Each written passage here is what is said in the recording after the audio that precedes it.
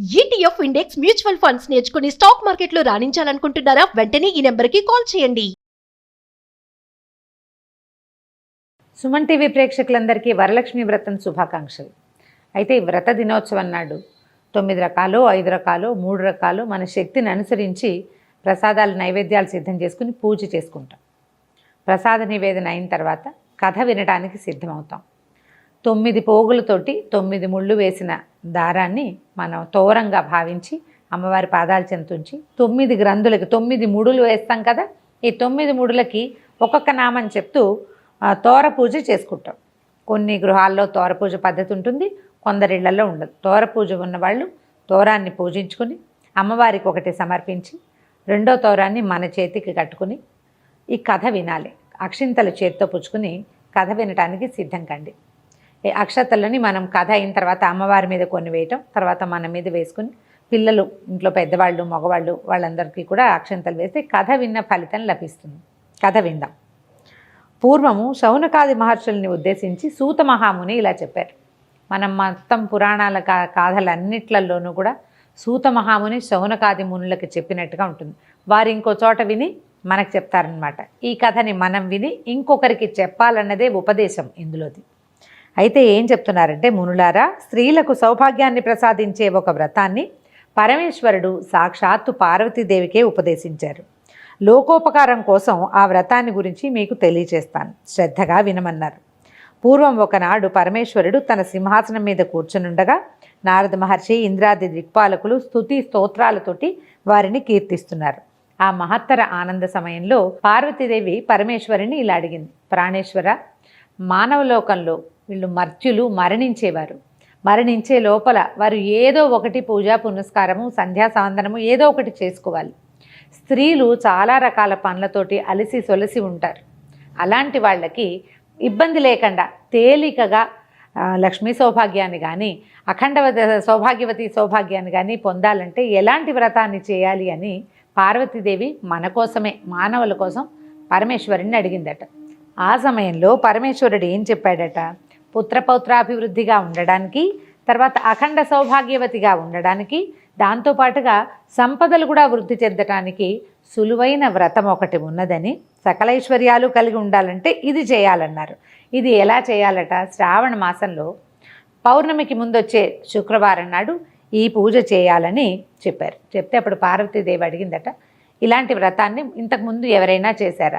దానివల్ల తమరు సెలవిచ్చినటువంటి అన్ని సౌభాగ్యాలు పొందిన వాళ్ళు ఎవరైనా ఉంటే వాళ్ళని గురించి చెప్పమంది. అప్పుడు ఈయన చారుమతీదేవి కథ చెప్పారు. కథ చిన్నది కానీ ఇందులో మనం తెలుసుకోవాల్సిన చాలా విషయాలు ఉన్నాయి. పూర్వం మగధ దేశంలో కుండినం అనే ఒక నగరం ఉండేది. ఇది చాలా అందమైన నగరము, బహుజనులు నివసించే ప్రాంతమట. అయితే ఈ ప్రాంతంలో చారుమతీదేవి అని ఒక సాధ్వి, ఒక ఆవిడ ఉండేది. వీడు చాలా సద్గుణ సంపన్నురాలు, చాలా బుద్ధిమంతురాలు. భర్తని, అత్తమామల్ని విశేషంగా సేవించేది. ఇంటికి వచ్చిన అతిథి అభ్యాగతలు సేవ చక్కగా చేసేది. లోకోత్తరమైన గుణాలు కలిగినటువంటి సాధ్వి. అయితే ఒకనాటి రాత్రి ఆమెకు స్వప్నంలో లక్ష్మీదేవి కనపడిచిందట. స్వప్న దర్శనం ఇచ్చి ఏం చెప్పిందట, నీ సద్గుణాలకి నేను మెచ్చాను, నీకు కావలసిన వరాలు ఇవ్వాలనే కోరికతోటి నువ్వు ఏ వ్రతం చేసుకోవాలో అది ఉపదేశించడానికి నీ కల్లో కనపడ్డానమ్మా. కాబట్టి నువ్వు శ్రావణ మాసంలో వచ్చేటువంటి పౌర్ణమిని కంటే ముందు వచ్చే శుక్రవారం నాడు ఈ ఫలానా వ్రతం చేసుకో అని ఈ వ్రతాన్ని ఉపదేశించింది. వరలక్ష్మి వ్రతము అని చెప్పి ఉపదేశించిందట. ఈ ఉపదేశించబడిన తర్వాత ఈమె నిద్రలోంచి మేల్కొని ఇది స్వప్నమని, తనకి స్వప్నంలో అమ్మవారే సాక్షాత్తు శ్రీ మహాలక్ష్మి దర్శనం ఇచ్చిందని తెలుసుకుని భర్తకి, అత్తమామలకి, చుట్టుపక్కల వాళ్ళందరికీ తెలియజేసింది. స్వప్న దర్శనాలు ఏవైనా మనకి మంచి కళ వచ్చినప్పుడు ఎవరికైనా చెప్పి దీనివల్ల ఎలాంటి ప్రయోజనము, ఇందులో నిజానిజాలు ఎంత అని తెలుసుకోవాలని చెప్తారు పెద్దవాళ్ళు. కళ వస్తే చెప్పాలి, మంచి కళైనా చెడు కళైనా. ఇది మంచి కళ కావడంతో విశేషంగా అందరికీ చెప్పిందట ఆవిడ. చెప్తే అప్పుడు ఏమన్నారంటే, శ్రావణ మాసం త్వరలో రాబోతోంది, అప్పుడు ఈ వ్రతం చేసుకుందాం. అమ్మవారి స్వప్న దర్శనంలో చెప్పినట్టుగానే ఏదైనా శుభం చేకూరుతుందేమో, ఒకవేళ చేకూరినా చేకూరకపోయినా వ్రతం చేయటం అనే అద్భుతమైన వ్యవహారమైనా సాగుతుంది కాబట్టి చేద్దామనుకున్నారు. ఆ తర్వాత ఆవిడ ఏం చేశారట, 2-3 నెలల తర్వాత శ్రావణ మాసం వచ్చింది. ఆవిడ తన భర్త ప్రోత్సాహంతో పట్టణంలో ఉన్నటువంటి స్త్రీలందరికీ కబురు చేసిందట. ఈ రోజున అమ్మవారు వ్రతం చేసుకోమని ఆదేశించింది కాబట్టి ఎవరెవరి గృహాలలో వాళ్ళు వ్రతాలు చేసుకోండి, మా ఇంటికి రాగలిగిన వాళ్ళు రండని చాటింపులాగా ఒక పేరంటానికి పిలుపు చేశారనమాట. ఆమె ఇంటికి చాలామంది ఆమె యొక్క బంధువులు, స్నేహితులు, తెలిసిన వారు, చుట్టుపక్కల ఇళ్లలో వాళ్ళు అందరూ వచ్చారు. వచ్చిన తర్వాత వీళ్ళు ఏం చేశారట, ఈ గృహంలో ఒక పరిశుద్ధమైన ప్రాంతాన్ని ఎన్నుకొని ప్రదక్షిణకి వీలుగా ఉండేటట్టుగా చతుర్మధ్యంగా ఉండే ప్రాంతంలో గోమయంతో చక్కగా అలికి 5 రకాల రంగులతోటి ముగ్గులు పెట్టి తర్వాత పంచపల్లవాలతోటి కలశాన్ని ఏర్పరిచి అమ్మవారు వరలక్ష్మీదేవిని కలశంలోకి ఆవాహన చేసి అత్యద్భుతంగా మేళతాళాలతోటి పురోహితుల సహకారంతో వరలక్ష్మీ వ్రతం చేసుకున్నారట. వ్రతం అనగా ఏమిటి? పూజ ఒక విధానం ప్రకారం చేయటం. ముందు వెనకలుగా పువ్వులో పళ్ళో సమర్పించడం కాకుండా షోడశోపచార విధానంతో 16 ఉపచారాలతోటి లక్ష్మీదేవిని సేవించటం. ఈ సేవ సక్రమంగా జరిగేసరికల్లా పూజ అంతా పూర్తయిపోయింది. తర్వాత నివేదనలు జరిపారు. తర్వాత అమ్మవారిని పెట్టినటువంటి ఈ కలశానికి ప్రదక్షిణ చేయమన్నారు. ఈ పట్టణంలో ఉన్న స్త్రీలు చారుమతి దేవితో సహా లేచి నిలబడి ఈ అమ్మవారి కలశం చుట్టూతా ప్రదక్షిణ చేయబోయారట. మొదటి ప్రదక్షిణ చేయగానే ప్రదక్షిణ చేస్తున్న స్త్రీలందరికీ కూడా చేతులకి, పాదాలకి ఎన్నో రకాల స్వర్ణాభరణాలు వచ్చినాయట.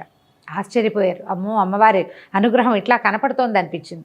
మళ్ళీ రెండో ప్రదక్షిణ చేయగానే వీళ్ళ ఇళ్ళు ఎవరెవరైతే ఇక్కడ ప్రదక్షిణ చేస్తున్నారో ఆ అందరి గృహాలు కూడా ధన కనక వస్తువాహనాలతోటి నిండిపోయినాయట.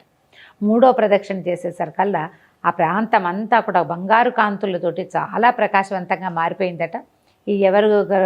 ఈమె ఇంటికి, చారుమతి దేవి ఇంటికి వచ్చారు వాళ్ళందరికీ కూడా వాళ్ళ గృహాల నుంచి రకరకాల బళ్ళు, అశ్వాలు కట్టినవి, ఏనుగులతోటి, తర్వాత పల్లకీలు, చిన్న చిన్న రథాలు, అట్లా అన్నీ వచ్చినాయట వాహనాలు వాళ్ళని తీసుకెళ్ళడానికి. ఆ వచ్చిన అతిథి అభ్యాగతులందరికీ కూడా, అంటే వ్రతానికి పిలువబడి వచ్చిన వాళ్ళే కాకుండా ఏదో వ్రతం జరుగుతోంది విశేషంగానే వాకిళ్లలో నిలబడి చూసిన వాళ్ళకి కూడా విశేషంగా వాయనాలు, తాంబూలాలు సమర్పించి భోజన భాజనాదులతోటి సత్కరించి పంపించారు చారుమతిదేవి, ఆమె భర్త కూడా. ఆ తర్వాత నుంచి ప్రతి సంవత్సరము కూడా ఈ కుండిన నగరంలో వరలక్ష్మి వ్రతాన్ని ఎవరిళ్లల్లో వాళ్ళు ఆచరించడం మొదలుపెట్టారట. ఆ కథని పరమేశ్వరుడు పార్వతీదేవికి చెప్పారని శౌనకాది మునులకి సూత మహాముని ఉపదేశించారు. ఇందులో మనకి ఉపదేశం ఏంటంటే, ఎవరైతే భర్తను, అత్తమామలను, అతిథి అభ్యాగతలను సేవిస్తారో వాళ్ళకి లక్ష్మీదేవి కృపాకటాక్షాలు ఉంటాయి. ఏదైనా శుభం, మంచి వ్రతము, పూజ చేసుకునేటప్పుడు మన ఇంట్లో మనమే చేసుకోకుండా నలుగురిని పిలిచి అందరికీ కూడా ఈ అమ్మవారి ప్రసాదాన్ని పొందే అవకాశాన్ని కనుక ఇస్తే మనకి మరుసటి సంవత్సరం మరింత బాగా చేసుకునే అవకాశం లభిస్తుందని ఈ కథ ద్వారా మనకి ఉపదేశం తెలుస్తుంది. కథ విన్నారు కదా. అక్షింతలు అమ్మవారి మీద వేయండి. తర్వాత మిగిలిన అక్షింతలని కొన్ని అక్షింతలు ఉంచుకొని మన మీద, తల మీద, శిరస్సు మీద వేసుకోవటము. తర్వాత ఇంట్లో పెద్దవాళ్ళు ఎవరైనా చిన్నపిల్లలైనా ఉంటే వాళ్ళందరికీ కూడా ఈ కథాక్షింతలు వేయటం. మనతో పాటు ఉన్నటువంటి ముత్తైదులు ఎవరైనా ఉంటే వారికి అమ్మవారి పేరుతోటి ఒక తోరాన్ని, వాయనాన్ని సమర్పించి వారి ఆశీర్వాదాలు తీసుకోండి. ఈ రోజున అంటే ఇలా వ్రతం చేసుకున్న వాళ్ళు ఇంట్లో ఉన్న అత్తమామలు, పెద్దవారు, భర్త వీరి ఆశీర్వాదం తీసుకుంటే చాలా శుభం చేకూరుతుంది. సుమన్ టీవీ ప్రేక్షకులందరికీ వరలక్ష్మి వ్రతం శుభాకాంక్షలు. అయితే ఈ వ్రత దినోత్సవం నాడు 9 రకాలు, 5 రకాలు, 3 రకాలు మన శక్తిని అనుసరించి ప్రసాదాలు, నైవేద్యాలు సిద్ధం చేసుకుని పూజ చేసుకుంటాం. ప్రసాద నివేదన అయిన తర్వాత కథ వినడానికి సిద్ధమవుతాం. 9 పోగులతోటి 9 ముళ్ళు వేసిన దారాన్ని మనం తోరంగా భావించి అమ్మవారి పాదాల చెంతుంచి 9 గ్రంథులకి 9 ముడులు వేస్తాం కదా. ఈ 9 ముడులకి ఒక్కొక్క నామని చెప్తూ తోర పూజ చేసుకుంటాం. కొన్ని గృహాల్లో తోర పూజ పద్ధతి ఉంటుంది, కొందరిళ్లలో ఉండదు. తోర పూజ ఉన్నవాళ్ళు తోరాన్ని పూజించుకుని అమ్మవారికి ఒకటి సమర్పించి రెండో తోరాన్ని మన చేతికి కట్టుకుని ఈ కథ వినాలి. అక్షింతలు చేతితో పుచ్చుకుని కథ వినటానికి సిద్ధం కండి. ఈ అక్షతలని మనం కథ అయిన తర్వాత అమ్మవారి మీద కొన్ని వేయటం, తర్వాత మన మీద వేసుకుని పిల్లలు, ఇంట్లో పెద్దవాళ్ళు, మగవాళ్ళు వాళ్ళందరికీ కూడా అక్షంతలు వేసి కథ విన్న ఫలితం లభిస్తుంది. కథ విందాం. పూర్వము శౌనకాది మహర్షుల్ని ఉద్దేశించి సూత మహాముని ఇలా చెప్పారు. మనం మొత్తం పురాణాల కథలన్నిట్లలోనూ కూడా సూత మహాముని శౌనకాది మునులకు చెప్పినట్టుగా ఉంటుంది. వారు ఇంకో చోట విని మనకు చెప్తారనమాట. ఈ కథని మనం విని ఇంకొకరికి చెప్పాలన్నదే ఉపదేశం ఇందులోది. అయితే ఏం చెప్తున్నారంటే, మునులారా, స్త్రీలకు సౌభాగ్యాన్ని ప్రసాదించే ఒక వ్రతాన్ని పరమేశ్వరుడు సాక్షాత్తు పార్వతీదేవికే ఉపదేశించారు. లోకోపకారం కోసం ఆ వ్రతాన్ని గురించి మీకు తెలియచేస్తాను, శ్రద్ధగా వినమన్నారు. పూర్వం ఒకనాడు పరమేశ్వరుడు తన సింహాసనం మీద కూర్చునుండగా నారద మహర్షి, ఇంద్రాది దిక్పాలకులు స్తుతి స్తోత్రాలతోటి వారిని కీర్తిస్తున్నారు. ఆ మహత్తర ఆనంద సమయంలో పార్వతీదేవి పరమేశ్వరుని ఇలా అడిగింది, ప్రాణేశ్వర, మానవలోకంలో వీళ్ళు మర్త్యులు మరణించేవారు. మరణించే లోపల వారు ఏదో ఒకటి పూజా పునస్కారము సంధ్యా సాందనము ఏదో ఒకటి చేసుకోవాలి. స్త్రీలు చాలా రకాల పనులతోటి అలసి సొలసి ఉంటారు. అలాంటి వాళ్ళకి ఇబ్బంది లేకుండా తేలికగా లక్ష్మీ సౌభాగ్యాన్ని కానీ సౌభాగ్యవతి సౌభాగ్యాన్ని కానీ పొందాలంటే ఎలాంటి వ్రతాన్ని చేయాలి అని పార్వతీదేవి మన కోసమే, మానవుల కోసం పరమేశ్వరుని అడిగిందట. ఆ సమయంలో పరమేశ్వరుడు ఏం చెప్పాడట, పుత్రపౌత్రాభివృద్ధిగా ఉండడానికి, తర్వాత అఖండ సౌభాగ్యవతిగా ఉండడానికి, దాంతోపాటుగా సంపదలు కూడా వృద్ధి చెందటానికి సులువైన వ్రతం ఒకటి ఉన్నదని, సకలైశ్వర్యాలు కలిగి ఉండాలంటే ఇది చేయాలన్నారు. ఇది ఎలా చేయాలట, శ్రావణ మాసంలో పౌర్ణమికి ముందొచ్చే శుక్రవారం నాడు ఈ పూజ చేయాలని చెప్పారు. చెప్తే అప్పుడు పార్వతీదేవి అడిగిందట, ఇలాంటి వ్రతాన్ని ఇంతకుముందు ఎవరైనా చేశారా, దానివల్ల తమరు సెలవిచ్చినటువంటి అన్ని సౌభాగ్యాలు పొందిన వాళ్ళు ఎవరైనా ఉంటే వాళ్ళని గురించి చెప్పమంది. అప్పుడు ఈయన చారుమతీదేవి కథ చెప్పారు. కథ చిన్నది కానీ ఇందులో మనం తెలుసుకోవాల్సిన చాలా విషయాలు ఉన్నాయి. పూర్వం మగధ దేశంలో కుండినం అనే ఒక నగరం ఉండేది. ఇది చాలా అందమైన నగరము, బహుజనులు నివసించే ప్రాంతమట.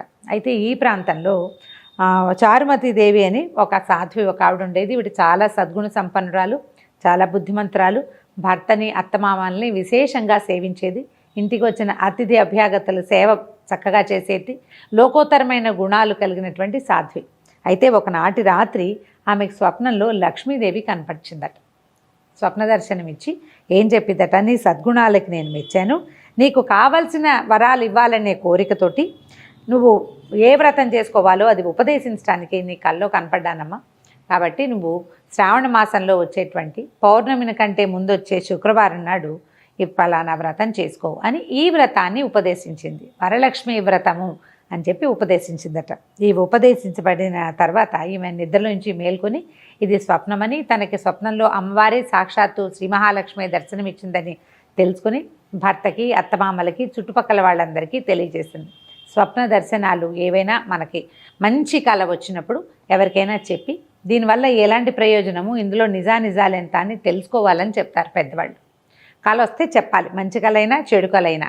ఇది మంచి కళ కావడంతో విశేషంగా అందరికీ చెప్పిందట ఆవిడ. చెప్తే అప్పుడు ఏమన్నారంటే, శ్రావణ మాసం త్వరలో రాబోతోంది, అప్పుడు ఈ వ్రతం చేసుకుందాం, అమ్మవారు స్వప్న దర్శనంలో చెప్పినట్టుగానే ఏదైనా శుభం చేకూరుతుందేమో, ఒకవేళ చేకూరినా చేకూరకపోయినా వ్రతం చేయటం అనే అద్భుతమైన వ్యవహారమైనా సాగుతుంది కాబట్టి చేద్దామనుకున్నారు. ఆ తర్వాత